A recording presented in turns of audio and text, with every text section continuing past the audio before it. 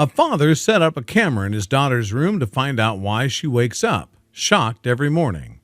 A family living in Ohio had their lives turned upside down when they began to notice strange things happening under their roof.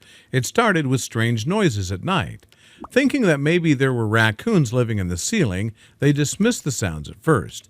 But in the following weeks, things started to escalate. Then the bruises started to appear. Darren and Pam had been living in Darren's mother's guest house for over a year. Now Darren wanted to run far away from it. It had all begun when Natalie came down for breakfast one morning. At first, Darren didn't take too much notice of her exposed legs. However, a few days after the first set of bruises had healed, he knew he had to do something. Darren had never experienced anything like this in his home before, and he wasn't the kind of man who took things lying down. When he saw the bruises on his daughter, he immediately suspected his long-term girlfriend, Pam. He was convinced she was to blame, but she denied everything. Like any loving father, ignoring what was going on in his home was not an option. Darren confronted Pam and asked her if she had been leaving the bedroom at night, even going as far as asking if she had been in Natalie's room. Did she know about the bruises on his daughter's legs, and did she have anything to do with them? Darren found himself without any other option. What he didn't know was that this decision would reveal something so much worse. For weeks, Darren kept pushing, but Pam kept denying that she had anything to do with the bruises, so Darren tried to approach the matter more directly.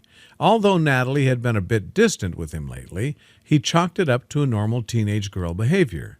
They used to have a good relationship, so Darren decided to ask his daughter what had happened, but she wouldn't or couldn't give him answers either. It happened in the first week of Natalie's summer vacation.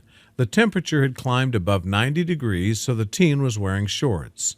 Darren couldn't help but notice that Natalie's legs were covered in bruises again. He asked his daughter about them, but she just shrugged and said she didn't know. She'd woken up like that. He would have to do something rather underhanded to get the answers, but he had run out of options. For many who knew the couple, it seemed as if they were living the dream. They had a stable relationship, lived in a nice home, and they had Darren's wonderful daughter, Natalie. But one day, everything changed. While Darren was half asleep, he could have sworn that he heard weird noises from his daughter's room, and it was Natalie who would eventually be the proof that, yes, something strange was happening at night. It's only natural for a dad to worry about his daughter. Any parent will tell you that. Natalie was Darren's whole world, and he only wanted what was best for her. Natalie had always struggled with her parents' separation, and Darren had always felt guilty about what effects it had on her. When Darren first started getting serious with Pam, he knew he wouldn't forget about his daughter. Darren looked after the needs of his daughter very closely, and because of it, the two had a very close bond. But Natalie began changing when Darren met Pam and she moved in with them. Darren was always open with Natalie and told her she could tell him anything, but throughout the years she had become quieter, a lot quieter. Darren assumed it was because of her growing up and getting into the teenage years, but things only kept escalating. As time went on, with Pam living with them, Darren noticed that the life was being sucked out of his daughter. He didn't understand why, and he was worried that she spent too much time locked up in her room by herself. Darren was worried about her being sucked into social media. He had heard horror stories, but little did he know that her social media pages were the least of his worries. Darren decided to ask Natalie about her change in behavior. She told him that she didn't like the way other rooms in the house felt. Darren didn't want to interfere with her life too much and felt confident that she would tell him if there were any problems. But he'd learned to regret that decision. This was not the life Darren had signed up for when he chose to be with Pam.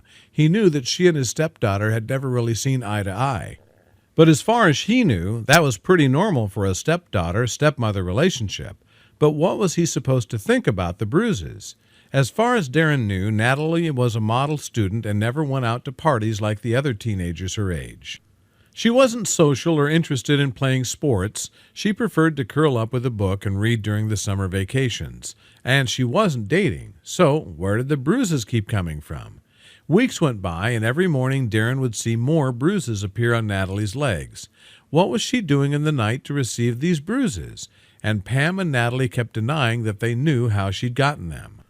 What exactly was happening to this little girl? The worried dad had hundreds of questions running through his mind, but one thing was for sure, he was at his wit's end. Darren had night after sleepless night trying to stay awake to catch Pam in the act. The weeks of accusations from him and the tears and denial from her had left them in a bad place. Now Darren was sleeping on the couch and they were hardly speaking to each other. Deep in his heart, he didn't actually believe that she was the culprit, but with nobody else in the house, he didn't know what to think. Darren caught Pam a few times when she went to get a glass of water in the night, but he never caught her going to Natalie's room after they said their good nights to her.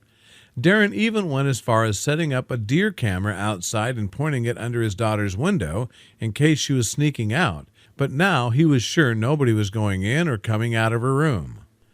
And the marks weren't the only odd thing about Natalie. Now she never seemed to get enough sleep. She'd go to bed at 8 p.m. exhausted and only re-emerge from her bedroom at lunchtime the following day. She would pick at her food and hardly eat anything at dinner time, and snap at Darren's most innocent questions when he showed concern. It was like Natalie was a different person. Since Darren was reasonably sure that nobody was entering Natalie's room at night, he began to worry about her health. Perhaps she had some sort of medical condition. He finally apologized to Pam and voiced his concerns. Pam softened a little, and they took Natalie to the family doctor in hopes of finding out the truth. Darren cringed as the family doctor looked at him suspiciously while examining Natalie's legs, but then he explained that there were several health conditions that could be causing them. His first concern was a clotting or platelet issue, so he asked whether Darren or his ex-wife had any bleeding disorders running in their families. The doctor drew blood from Natalie's arm to test for myeloma, leukemia, sepsis, and autoimmune diseases. He ran through a list of supplements and medications that can cause spontaneous bruising, but Natalie hadn't been taking ginkgo or blood thinners, and she certainly hadn't been doing any heavy drinking. But when the tests came back, what the doctors told him only left more unanswered questions.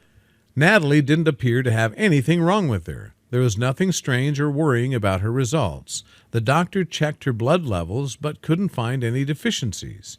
Although Darren was relieved to hear that his daughter was healthy, this news meant that the cause of his daughter's bruises could be something far more complicated. Darren opened the door only to see a woman with a stern look on her face standing on his doorstep. She tersely introduced herself and informed him that she was from social services.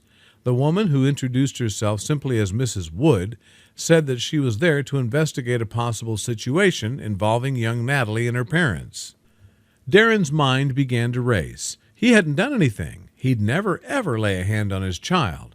But unfortunately for him, there was no way he could prove otherwise. Mrs. Wood would simply have to speak to Natalie herself.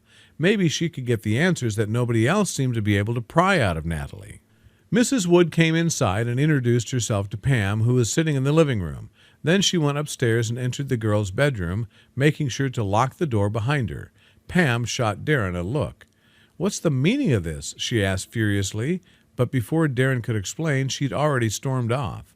Darren paced nervously in the hallway while the social worker spoke with Natalie in private, wondering what would happen next. He was innocent, and he was now sure that Pam was innocent too. Surely the social worker wouldn't get much more out of his daughter than he had, or would Natalie finally tell the truth? Mrs. Wood finally emerged, closed her notebook, and told Darren that she'd be in touch, and showed herself out while Darren tried to comfort Natalie. He'd taken Natalie to the doctor and they'd run blood tests. He asked her what was going on directly. He had even accused his girlfriend. Darren was at a loss and becoming more desperate by the minute. Something just wasn't adding up here. He vowed that he'd find out what it was, but did he really want to know the answer? So they all decided to set up a camera in Natalie's room to find out what had been happening, once and for all. The CCTV revealed the truth, but none of them were ready for the discovery. Darren set up the CCTV with a mission to find out who or what was responsible for the bruises on his daughter. He made sure that whoever had been doing this would be exposed, even going as far as purchasing a night vision camera. He was hell-bent on putting a stop to everything. Another sleepless night, he sat down in front of his laptop to view the recording. In order to protect the privacy of those depicted, some names, locations, and identifying characteristics have been changed and are products of the author's imagination. Any resemblances to actual events or places or persons, living or dead, are entirely coincidental. Did you have a situation like that? What do you think about this touching story?